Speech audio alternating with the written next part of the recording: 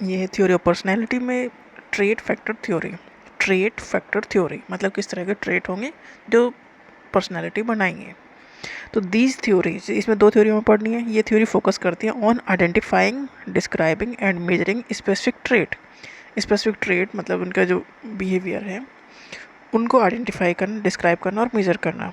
That makeup of an individual's personality मतलब personality को जो डिफाइन करते हैं उनको नोटिस करना कि किस तरह किन ट्रेड से मिलकर इसकी पर्सनैलिटी बनी है। मोस्ट कॉमन दो थ्योरी हैं। पहली है एल्पोर्ट्स ट्रेड थ्योरी जो दी थी गॉर्डन एल्पोर्ट ने। This theory focus on identifying and understanding the trait that make up an individual's personality. ये डेफिनेटली उस पर फोकस करेगा कि इंडिविजुअल की पर्सनैलिटी किस किस ट्रेट पे डिपेंड कर रही है। इन्होंने फोकस किया, एम्फेसाइज किया ऑन यूनिकनेस ऑफ इंडिविजुअल मतलब हर एक इंडिविजुअल अपने आप में अलग है।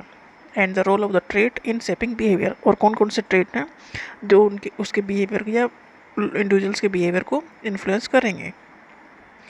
तो टाइप ऑफ ट्रेट्स कौन कौन से ट्रेट हैं, तो कार्डिनल ट्रेट्स वो हैं, these are the most dominant trait that define a person's entire personality मतलब एक इंसान का बिहेवियर कैसा है, किसकी पर्सनैलिटी कैसी है। तो वो जो ट्रेट है वो है कार्डिनल ट्रेट मतलब हर एक इंसान के एक दूसरे से अलग करते हैं ये ट्रेट। कुछ होते हैं सेंट्रल ट्रेट जो सब में जैसे होते हैं। These are the general characteristics found to be some degree in every person मतलब सभी में ये क्वालिटीज़ होंगी कुछ हद तक, जैसे कि ऑनेस्टी, काइंडनेस है, कुछ हद तक सभी में ये चीज़ें हैं। तो ये सेंट्रल ट्रेट है। तो सेंट्रल ट्रेट ये लेस डोमिनेंट है क्योंकि सब में है। देन कार्डिनल ट्रेट वो है जो इंडिविजुअल्स की पर्सनैलिटी को डिफाइन करते हैं कि ये इंसान ऐसा है, तो डोमिनेट करते हैं कार्डिनल ट्रेट। सेंट्रल ट्रेट सभी में है, कार्डिनल ट्रेट हर एक इंसान के अपने अपने थोड़ा अलग है। सेकेंडरी ट्रेट वो है, these are specific trait that appear in certain situation, कुछ सिचुएशन में हम किस तरह से बिहेव करते हैं, तो ये है सेकेंडरी ट्रेट्स। इंडिविजुअल यूनिक है अपने आप में। He believe that traits are organised in a way that reflect the individual's distinctiveness मतलब लाइक हर इंसान अपना आप मतलब सारे ट्रेट का कॉम्बिनेशन हर एक इंसान का अपना अलग है। इंडिविजुअल पर्सनैलिटी अपनी अलग बनाता है, वो यूनिकनेस है सब में। ये एम्फिसाइज करता है that each person trait combination is unique, जो सारे ट्रेट का जो कॉम्बिनेशन मिल बन रहा है वो हर एक इंसान का अपना अलग अलग बन रहा है। सेकेंड थ्योरी इसी में है कैटल्स की ट्रेट थ्योरी, ये दी थी रेमंड कैटल ने। This theory focus on identifying and measuring the key trait that makeup human personality. ये भी फोकस करता है उसी पे ट्रेट पे, कौन कौन से ट्रेट हैं जो ह्यूमन पर्सनैलिटी को बढ़ाते हैं या यूनिकनेस देते हैं।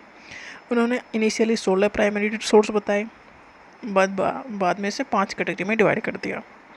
जैसे कि न्यूरोटिसिज्म, ये इमोशनल स्टेबिलिटी एक इंडिविजुअल की करेक्टरिस्टिक हो सकती है। एक्स्ट्रावर्जन मतलब सोशेबिलिटी, कितना सोसाइटी में वो घुल मिल जाता है।